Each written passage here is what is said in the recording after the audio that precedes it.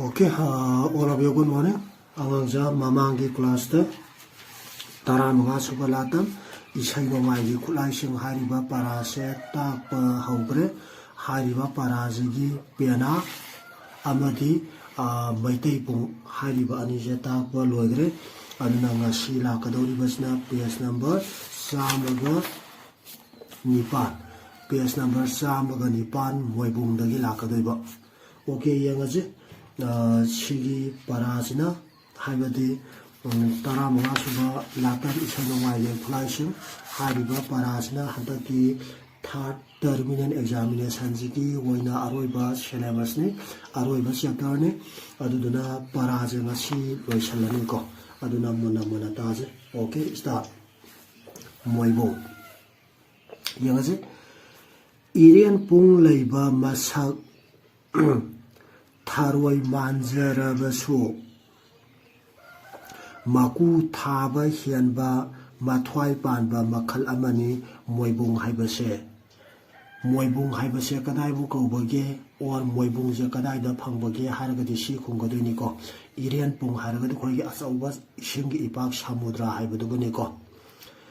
irian pung leiba masak tharoi manjarabasu Maku thaba hianba mathwai panba makhal amani moibung haibase sidaida yi agasu laireko manungi mathibong lauthoaga kamduna khongla bak siamba jantra ko khoi tharoi masa khangidana ko tharoi khoi nganu daga dum pijaba yen daga dum thugairaga pijaba dum khoi dum mioibasu adum thongaga kangho ngauraga sana ba yawi sa daga misu lai Adubo hariba tharoi sigi manungda maku natra magi shell maku sigi manungda magi matong mathibong yawe natra hariba se lauthok khakanda khonggadoni ko aduboni saida haije manungi mathibong lautholaga kamduna khongna baksiamba jantra ne ba moibong haibaje Manipuri puwari gi ariba matamdagi hauna moibungi wasi palami Gendai ko haibadi moibung haibase ngasi ngarang khakta lairakpa ngasi ngarang khakta sianarakpa ngasi ngarang ta khongnaba khoigi khulai haiba tare ko musical instrument na teba aiba matamdagi hauna khongnaraba musical instrument haiba tare ko puari dagi hauna ariba matamdagi hauna lairaba ne ba khoina mi siba ke dogo matamdaga khongba tum uredna ko koina Gendai ko Vishnu amadi ningthauna sathopada khongba moibungbu lamyin moibung kaweba lamyin moibung kadabu kobagi haragadi si khonggadoi ko Vishnu amadi ningthauna sathopada khongba moibungbu lamyin moibung kawe adagi amuso Vishnu amadi ningthauna sathopada khongba moibungbu kari kobagi an haragasu yare wantho wanjen tawraga hangba yae duduna paraji khitang section na paro khitang munna khangoko Ningthauna salangi jatra tauramdai dasu moibung khongduna afaba mangal pibagi matangsu uba phangeba kaigumba salan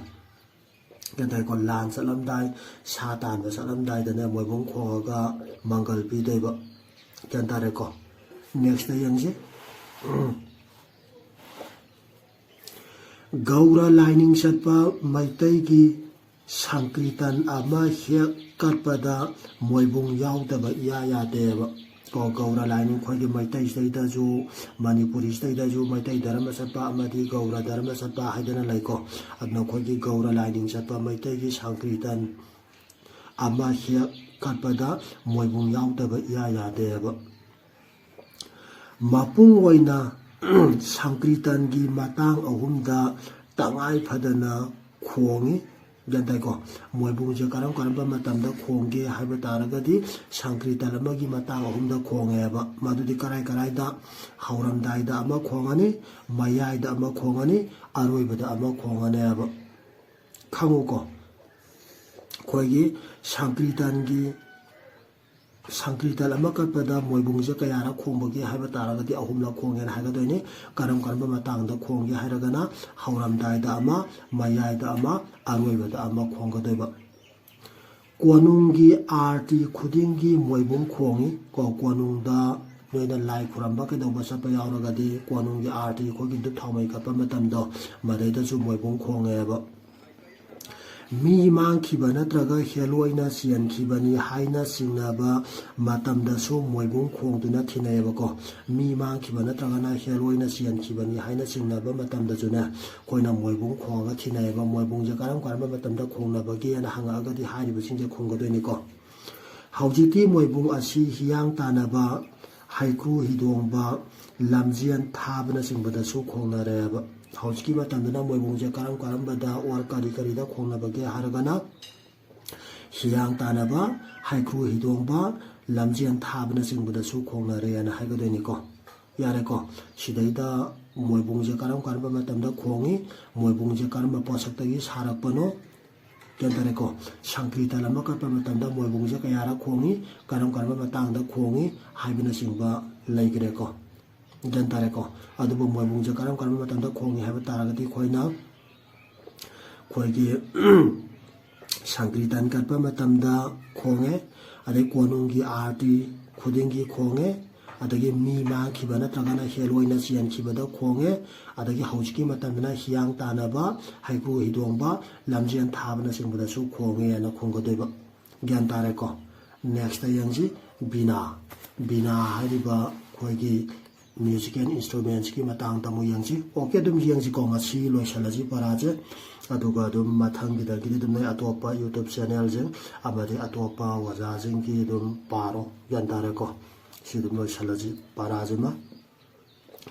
ꯃꯔꯤ ꯇꯤꯡꯕ ꯚꯥꯔꯠꯀꯤ ꯏꯁꯩꯒꯤ ꯖꯟꯇ꯭ꯔꯁꯤꯡꯒꯤ ꯃꯅꯨꯡꯗ ꯃꯈꯜ ꯑꯃꯅꯦꯕ ꯒ꯭ꯌꯥꯟ ꯇꯥꯏꯀꯣ okay ꯌꯦꯡꯁꯤ ꯃꯊꯪꯗ ꯃꯔꯤꯜ ꯈꯨꯕ ꯃꯇꯥꯡ ꯄꯥꯟꯗꯕ ꯃꯈꯣꯜ ꯊꯣꯛꯇꯕ ꯆꯩ ꯑꯃꯅ ꯕꯤꯅꯥꯒꯤ ꯃꯁꯥ ꯕꯣꯗꯤ ꯑꯣꯏ ꯃꯌꯨꯡ ꯊꯨꯡꯅ ꯃꯔꯤ ꯇꯤꯡꯉꯤ ꯑꯩꯈꯣꯏꯒꯤ ꯕꯤꯅꯥ ꯍꯥꯏꯔꯤꯕ ꯃ꯭ꯌꯨꯖꯤꯀꯦꯜ ꯏꯟꯁꯇ꯭ꯔꯨꯃꯦꯟ ꯏꯁꯩ ꯅꯣꯡꯃꯥꯏꯒꯤ ꯈꯨꯠꯂꯥꯏꯁꯤꯒꯤ ꯃꯑꯣꯡ ꯃꯇꯧꯁꯦ ꯀꯃꯥꯏꯅ ꯇꯧꯒꯦ ꯍꯥꯏꯕꯗꯤ ꯁꯤ ꯈꯨꯝꯒꯗꯣꯏꯅꯤꯀꯣ ꯃꯔꯤ ꯇꯤꯡꯕ ꯏꯁꯩꯒꯤ ꯖꯟꯇ꯭ꯔꯁꯤꯡꯒꯤ ꯃꯅꯨꯡꯗ ꯃꯈꯜ ꯑꯃꯅꯤ ꯃꯔꯤꯜ ꯈꯨꯕ ꯃꯇꯥꯡ ꯄꯥꯟꯗꯕ ꯃꯈꯣꯜ ꯊꯣꯛꯇꯕ ꯆꯩ ꯑꯃꯅ ꯕꯤꯅꯥꯒꯤ ꯃꯁꯥ ꯕꯣꯗꯤ ꯑꯣꯏ ꯃꯌꯨꯡ ꯊꯣꯡꯅ ꯃꯔꯤ ꯇꯤꯡꯉꯤ ꯍꯥꯏꯔꯤꯕꯁꯦ ꯈꯨꯝꯒꯗꯣꯏꯕ ꯕꯤꯅꯥ ꯍꯥꯏꯔꯤꯕ ꯏꯁꯩ ꯅꯣꯡꯃꯥꯏꯒꯤ ꯈꯨꯠꯂꯥꯏꯁꯤꯒꯤ ꯃꯑꯣꯡ ꯃꯇꯧ ꯀꯃꯥꯏꯅ ꯇꯧꯒꯦ ꯍꯥꯏꯔꯒꯗꯤ ꯁꯤ ꯈꯨꯝꯒꯗꯣꯏꯅꯤ ꯃꯊꯪꯗ ꯌꯦꯡꯁꯤ ꯁꯇꯥꯞꯇ 8ꯀꯤ ꯃꯇꯨꯡꯗꯒꯤ ꯕꯤꯅꯥꯒꯤ ꯆꯥꯎ ꯁꯥꯡꯕ ꯑꯃꯁꯨꯡ ꯃꯁꯛ ꯃꯇꯧ ꯈꯦꯠꯅꯕ ꯎꯕ ꯍꯧꯔꯛꯈꯤꯑꯕ ꯀꯔꯝꯕ ꯁꯇꯥꯞꯇꯤꯗꯒꯤ ꯑꯩꯈꯣꯏꯒꯤ ꯕꯤꯅꯥꯒꯤ ꯆꯥꯎ ꯁꯥꯡꯕ ꯑꯃꯁꯨꯡ ꯃꯁꯛ ꯃꯇꯧ ꯈꯦꯠꯅꯕ ꯎꯕ ꯐꯪꯒꯦ ꯍꯥꯏꯕ ꯇꯥꯔꯒꯗꯤ 8ꯁꯨꯕ ꯁꯇꯥꯞꯇꯗꯒꯤꯅ ꯈꯨꯝꯒꯗꯣꯏꯅꯤ 8ꯁꯨꯕ ꯁꯇꯥꯞꯇꯒꯤ ꯕꯤꯅꯥꯒꯤ ꯃꯑꯣꯡ ꯃꯇꯧ ꯀꯔꯝ ꯇꯧꯔꯛꯈꯤꯕꯒꯦ ꯍꯥꯏꯔꯒꯁꯨ ꯁꯤ ꯈꯨꯝꯒꯗꯣꯏꯅꯤꯀꯣ ꯕꯤꯅꯥꯒꯤ ꯆꯥꯎ ꯁꯥꯡꯕ ꯑꯃꯁꯨꯡ ꯃꯁꯛ ꯃꯇꯧ ꯈꯦꯠꯅꯕ ꯎꯕ ꯍꯧꯔꯛꯈꯤꯅ ꯈꯨꯝꯒꯗꯣꯏꯅꯤ ꯃꯍꯧꯁꯥꯗꯒꯤ ꯕꯤꯅꯥꯗ ꯃꯔꯤ 8 ꯇꯤꯡꯉꯤ ꯑꯃꯁꯨꯡ ꯌꯣꯠꯆꯩ ꯀꯌꯥꯅ ꯃꯇꯥꯡ ꯅꯥꯏꯅ ꯍꯥꯞꯄꯦꯕ ꯃꯍꯧꯁꯥꯗꯒꯤ ꯍꯧꯅ ꯕꯤꯅꯥꯗ ꯀꯔꯤ ꯇꯧꯕꯒꯦ ꯍꯥꯏꯕ ꯇꯥꯔꯒꯗꯤ ꯃꯍꯧꯁꯥꯗꯒꯤ ꯍꯧꯅ ꯕꯤꯅꯥꯗ ꯃꯔꯤ 8 ꯇꯤꯡꯉꯤ ꯑꯃꯁꯨꯡ ꯌꯣꯠꯆꯩ ꯀꯌꯥꯅ ꯃꯇꯥꯡ ꯅꯥꯏꯅ ꯍꯥꯞꯄꯤꯑꯅ ꯈꯨꯝꯒꯗꯣꯏꯅꯤ ꯃꯍꯧꯁꯥꯗꯒꯤ ꯍꯧꯅ ꯑꯗꯨꯝ ꯍꯧꯖꯤꯛ ꯐꯥꯎꯕꯗ ꯑꯗꯨꯝ ꯆꯠꯅꯔꯤꯕꯅꯤꯀꯣ ꯅꯦꯛꯁ ꯌꯦꯡꯁꯤ ꯑꯋꯥꯡ Bharat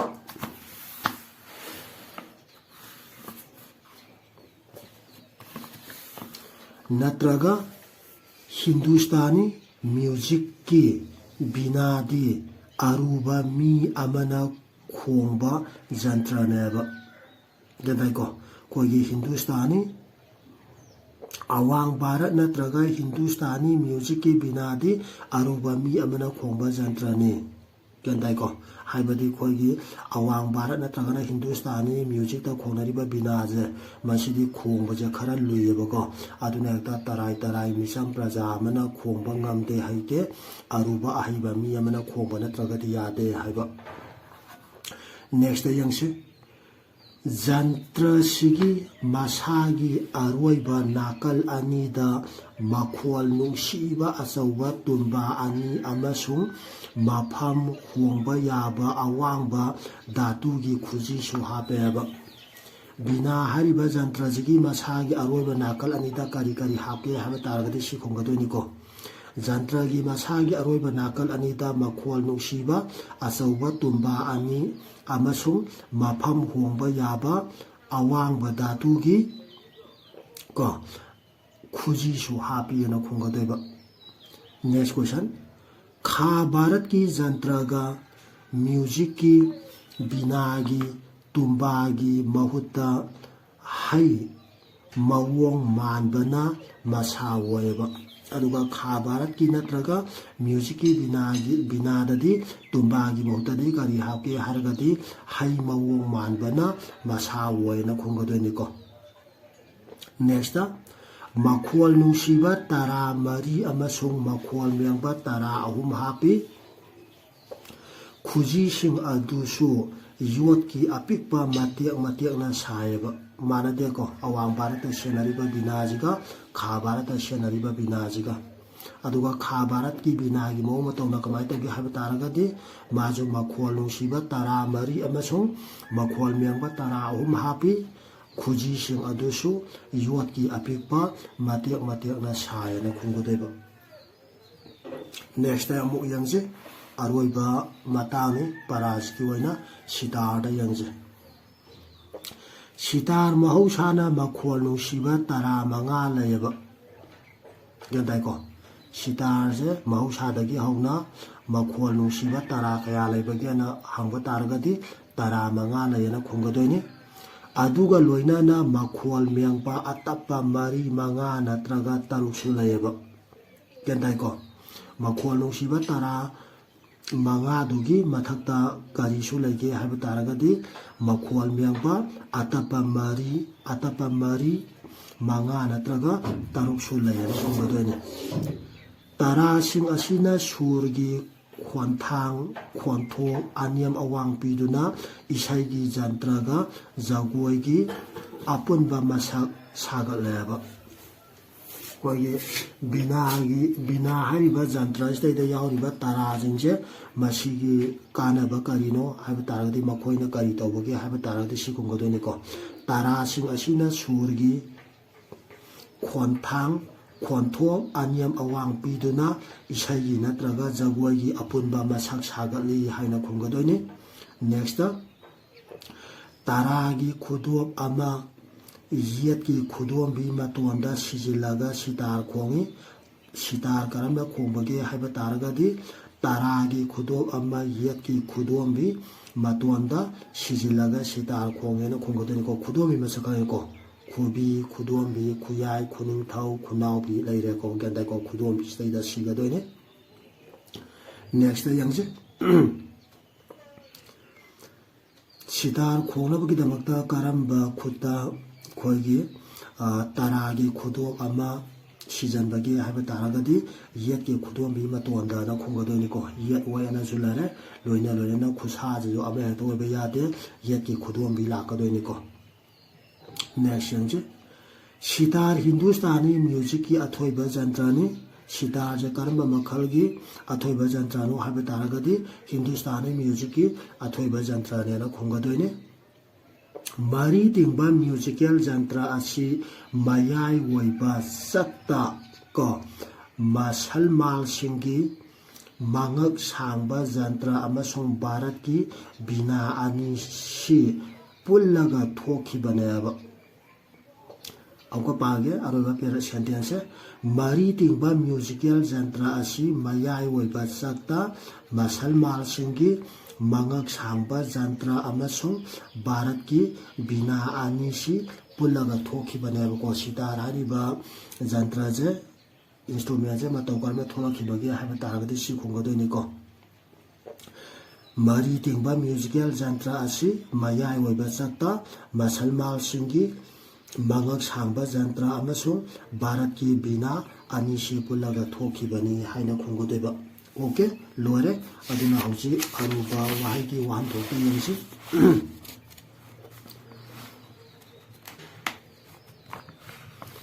Aruba wahai ki wahan do takthar age aduga nainaba jingsiti dum khoigi Google Meet da dum talani loina dum WhatsApp da study material dum loina ba pira ani ko dum yare ko adagi sang yang dum mamangi parada piliba question jingdo adugi revision ni loinaba pigaraga takhaba ngakani aduga tara taruk suba latam saising maya sidam noina standard 1 class 1 dagi hauna dum tamaba ngakani sidam loinaba khangamani hairamani ko dum saising maya simade aduga mathangda tara tare suba latam dana mo angka gi khudam sidam loinaba khangedana ko adina loira ko para jadina hata ki syllabus gi oina chali jo only tara manga suba latam je khaktani aduna hauji tara manga suba latam je gi kaino je arbu wa gi wan do se takthara ge aduga dum para je loisala ji ko okay yamje arbu wa gi wan dokta kala gi haibati mina syamba pothoki haiba next Sanskriti haragana nat haibani next torban haragana turian mapan haibani next thawong haragana thabak tawbagi mawong dubu thawong kawi aki amau haragana phajahan ba haibani hidian tapham haragana hidang pham haibani laibak haragana laingak amagi makhada laiba laibak ama haibani samai haragana sagi mamaida hauba asangba matu haibani tengkhal haragana asauba pot amada thindokpa apikpa atianba posak ama haibadi khanau tengal gomba next lirung haragana tian kapnaba akonda khulai haibani next ya kai bada haragana ya hau bada haibani siaplam dai da haragana tumlam dai da haibani sana khongleng bada haragana ningthauna satpada haibani prabhu haragana ishwar khaktang khumaga chu yare mapu khaktang khumaga chu yare natragana shri govinda bu su khangnai ana ahum sigi manung da dum khumingba ama khumo punna khumaka pagi de mathau ta de ko next huong duna haragana sanga duna haiba next jatra toram dai da haragana khongsalam dai da haibani mangal pibagi haragana yaifaba pibagi haibani gaura dharma haragana gauranga lining lambi haibani next arti haragana mai haibana singba ko mai haibana singba tawduna lai gi puja tawbodo khoina dum govinda da lai phuram ba chapa ta dum urena ko mai je dup ka kalaga mai haibodo yadare ko mai haibana singba tawduna lai gi puja tawbodo datu haragana sana lupa yot kwari na singba gumba khongdagi thopa posbu khoina datu kawai next aroibada meyangba haragana thopa haibani adubo hairi bajingsi wana tainabada aduma hangapa chu ai ko mina syamba pothok sibu khoina kari kauge haiba taragadi kala na kaurakadeni ko adagi na haraga kari bu khana bage haragadi sanskriti nang khumakadeni adagi turel mapal kadai bu ko bage haragana torbar nang lakadeni adagi mathangda thabak tawbagi mawong bu kari tawbagi haragana muk thawong lakadeni mamang da judum haibadi mamang gi classing da sugumba wan tho wanjen wan tha wanjen jadum tawgare duna sugumba khara arubo haigi wan dok ta hangba na tragana arubo haigi wan dok se waina piraga piriba wahai je waina haibadi wan dok sina question waina wan khalaga hanga pasu yai ani gi wan tha wanjen je aduna pa ba tanda ani ma khangna khitang take yar lawna pa ji ko mangja khoidi aroiba exam ni lakadoi ja sahi chigi session jigi oina aduna question ju kitang tap warakani aduna kitang monna kitang thawai yauna taji okay phare loishala ji gyan tareko aduna noi khangdaba bap tadaba gyan tadaba yauraga som khoigi Google Meet ki class ta dum hamo ko. Okay, all of you, thanks.